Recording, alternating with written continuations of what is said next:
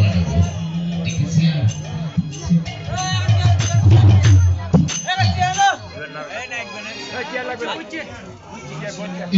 আর বসে জমিদা নাকি বসে জমিদা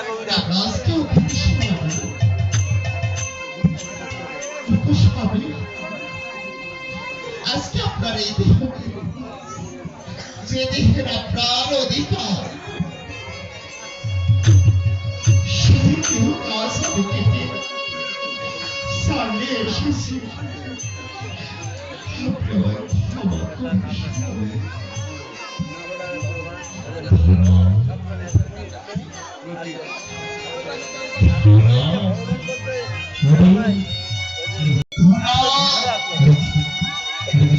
তোমার আজকে দেহকে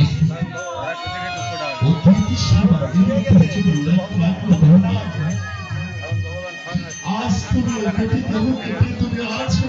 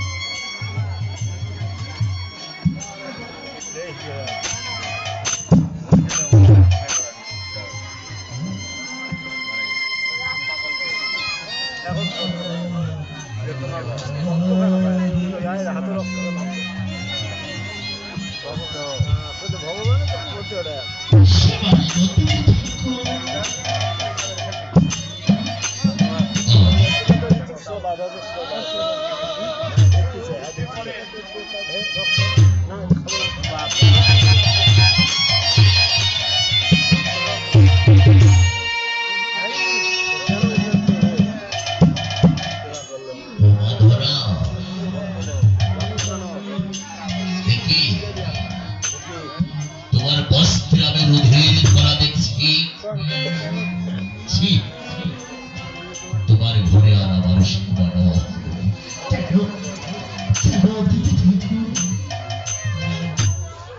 তোমার ধরা এই ভবের মায়েরা আমি তোমায় বলছি ও মা অশুদ্ধি হয় যারা যারা নাম ধরে গৃহে যায় না তারা হরে রাম হরে বল হরে বল তোমার অশুদ্ধি হয় যারা যারা নাম ধরে গৃহে যায় না তারা হরে রাম হরে রাম তুমি কেন এসেছো ভিতরে ও ধর্মা তুমি কেন এসেছো ভিতরে ও মাধরা এই ভবের মায়েরা অশুদ্ধি হয় যারা যারা রন্ধনে গৃহে যায় না তারা তুমি কেন এই অবস্থায় এসেছো মা আমি তোমার ঘরে আর সেবা নিব না আমি চলে যাব আমি চলে যাব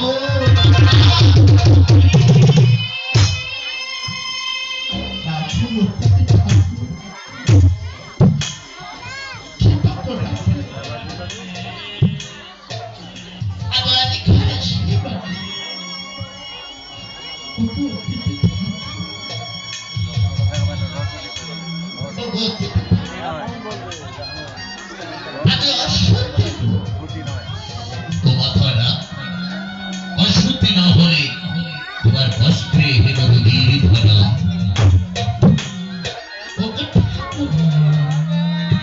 সে অনেক কথা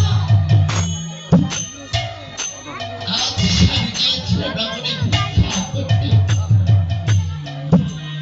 ভিক্ষা নিয়ে অর্থবতী ফিরে আসার পথে আছাড় খেয়ে সংসার নষ্ট হয়ে গিয়েছে। স্বামীর কাছ থেকে ভিক্ষার জন্য আমি স্টপে গিয়েছিলাম নগরে ভিক্ষা করতে কেউ আমাকে ভিক্ষা দেয়নি সবাই আমাকে প্রহার করে।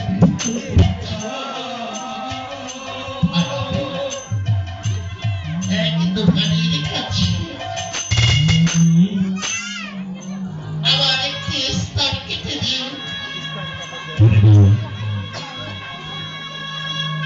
আমি আপনাদের সেবা নিবেদনের জন্য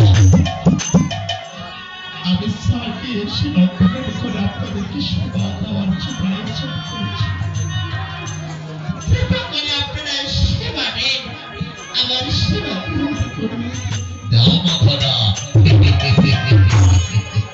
আর তাহলে আমি তোমার ঘরে সেবা গ্রহণ করব। অন্তর্কালে প্রভু আমার রাধা কৃষ্ণ প্রেমানন্দে সেবা গ্রহণ করছে।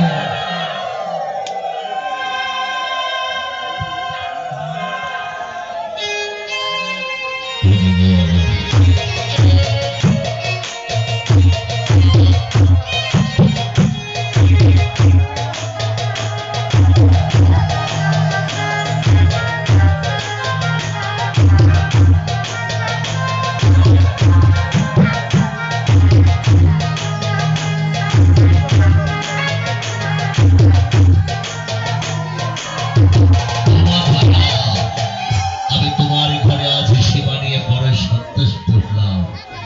ও মাথা, তুমি তো আমাকে চিনতে পারোনি।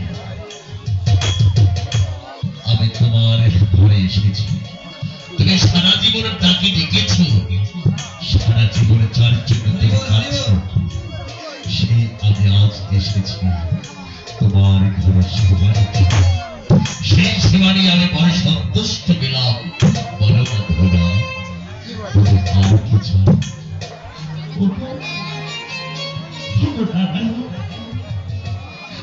একেবারে এই অভাগিনীকে যখন দিয়েছে দর্শন,